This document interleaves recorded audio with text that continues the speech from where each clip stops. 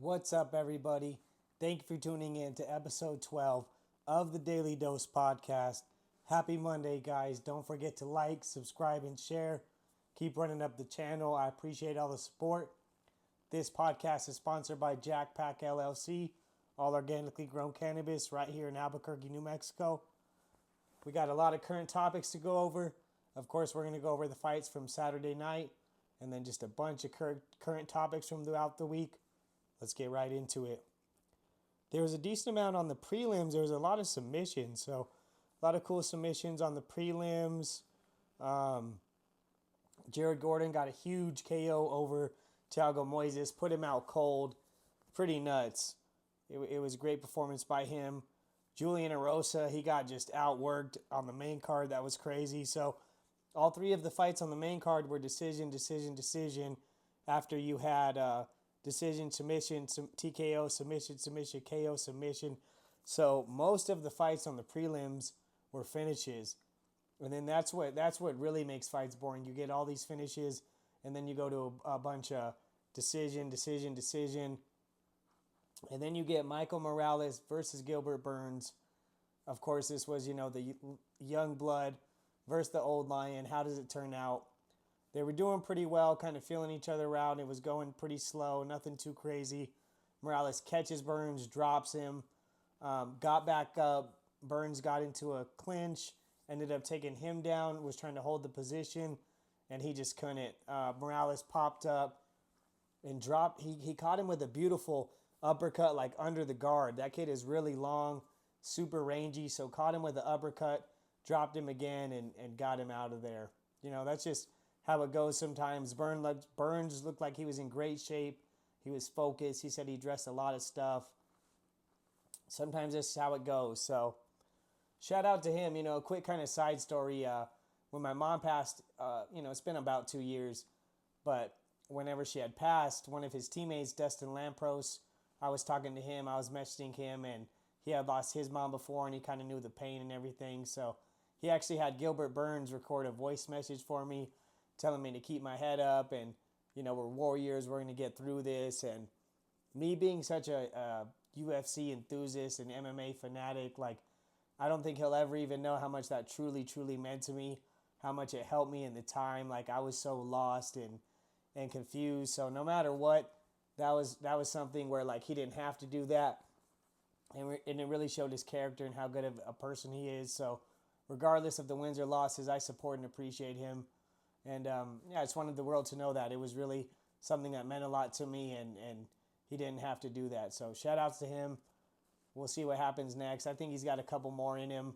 Get some more favorable matchups. Let him go out on a good note. But shout outs to Gilbert Burns nevertheless.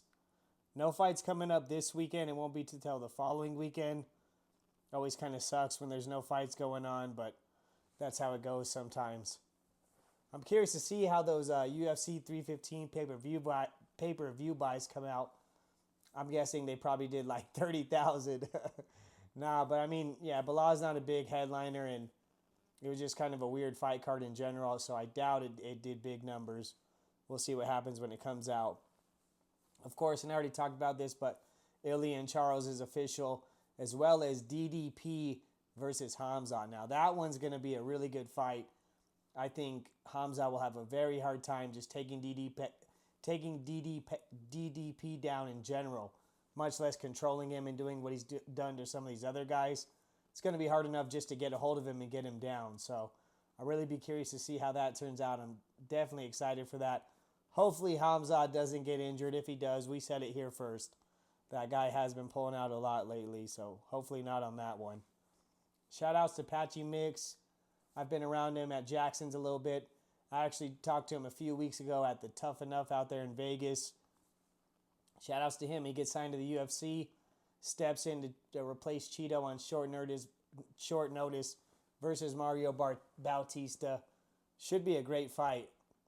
I think that kind of how Mario fights, I think Patchy's could really get in there, get a hold of him, and kind of do what he does. He's 17-1, I believe, or 18-1, has a better finishing rate than a lot of the guys at the top. I think most of the guys at the top. Better record, obviously, doesn't have losses.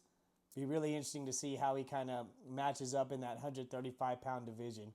He beats Mario. He's right in there to look at kind of a bigger fight and get into those championship talks is if he could keep winning. He was the last Bellator bantamweight champ.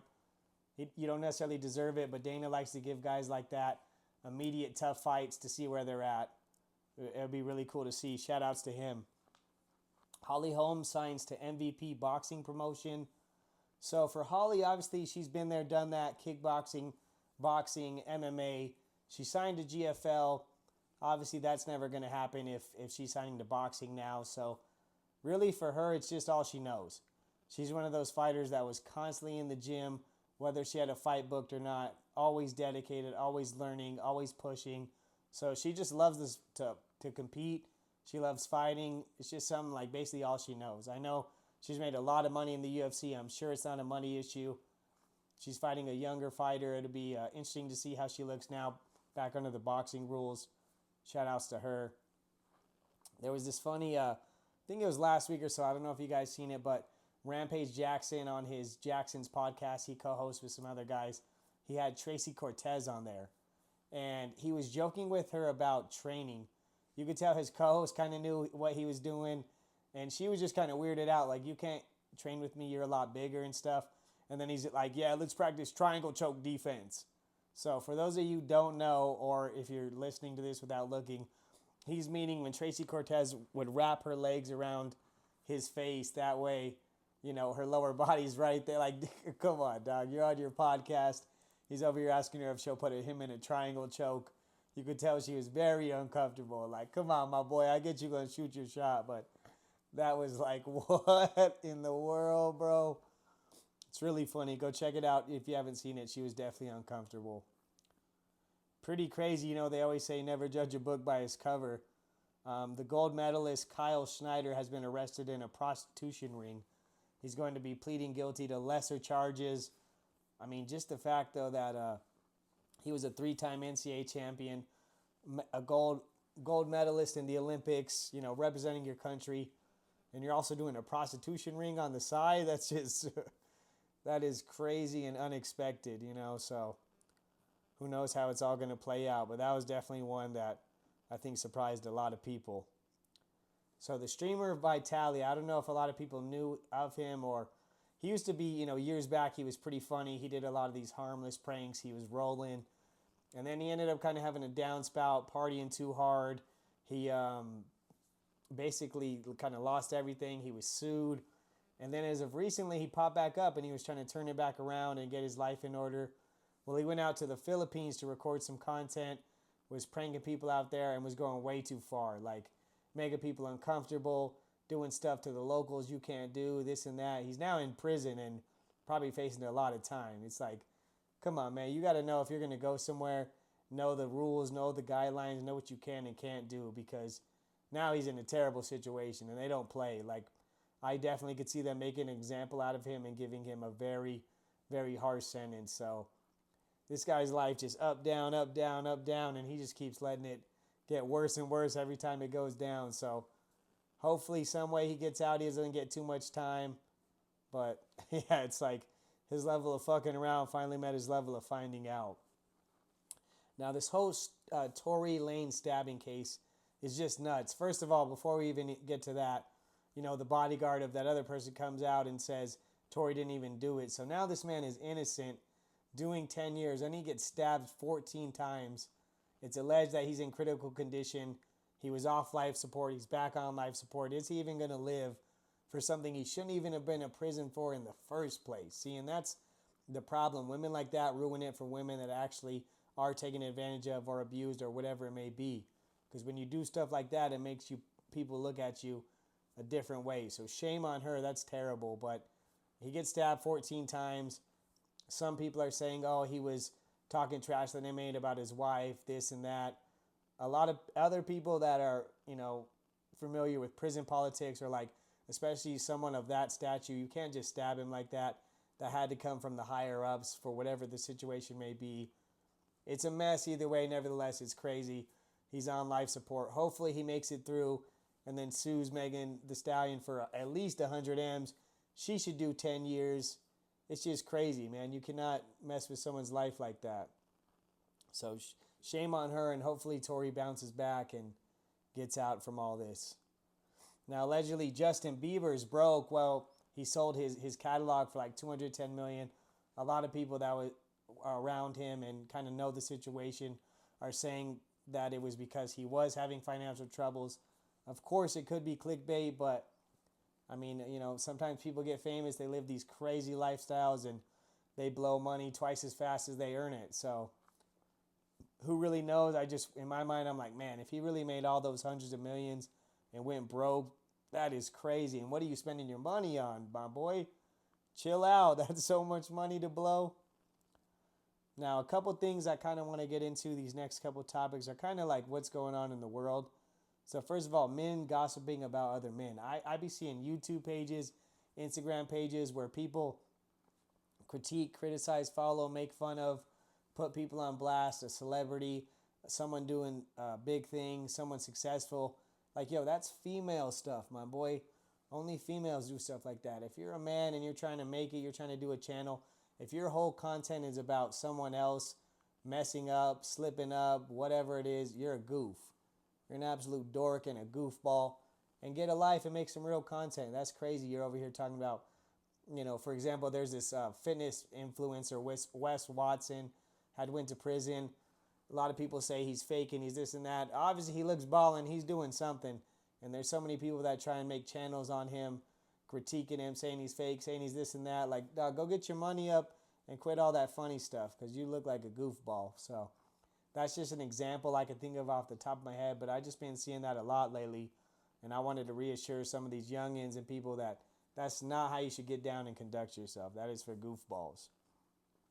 Another thing is, people are wondering, like, how is everybody all of a sudden wearing Cartier watches and iced out APs and this and that? It's fake. That's how. Come on, guys. You think the guy that drives a damn '01 Honda Civic, lives in a one-bedroom apartment, he wears fake designer. You think he just busted 40, 30, 50 racks out of his? No. Come on, guys. Moissanite and all that is on back order. People out here just trying to stunt. And again, for what? You know what I mean? Like, for me personally, if I had millions and millions of dollars, of course I would have nice jewelry because that's something I like. But on the opposite side, I wouldn't put on fake jewelry to try and look a certain way or a certain status or get with women. Again, that's goofball stuff. I don't know what's wrong with the world, but that just seems kind of the trend we're going in, As well as I want all these youngins to learn from like Lil Durk and all these other people, not only to not do dumb shit, but if you're with 20 homeboys and you guys go do some dirt, you go, murder someone, whatever it may be, without thinking about it, you can guarantee 9 out of 10, 18 out of 20 are going to drop a dime in a heartbeat. They're not sacrificing their lifestyle. They're not doing 30 years for you. They're not going away from that girl they're laid up every night. Come on, man. Y'all got to think better than that. For me personally, I don't do stuff like that because I know if I do that, I got to take it on the chin and take what comes with it. So as a man, if you're out there in the streets, know what comes with it. And when your goofball friend tells on you, don't be mad or surprised. You should expect that.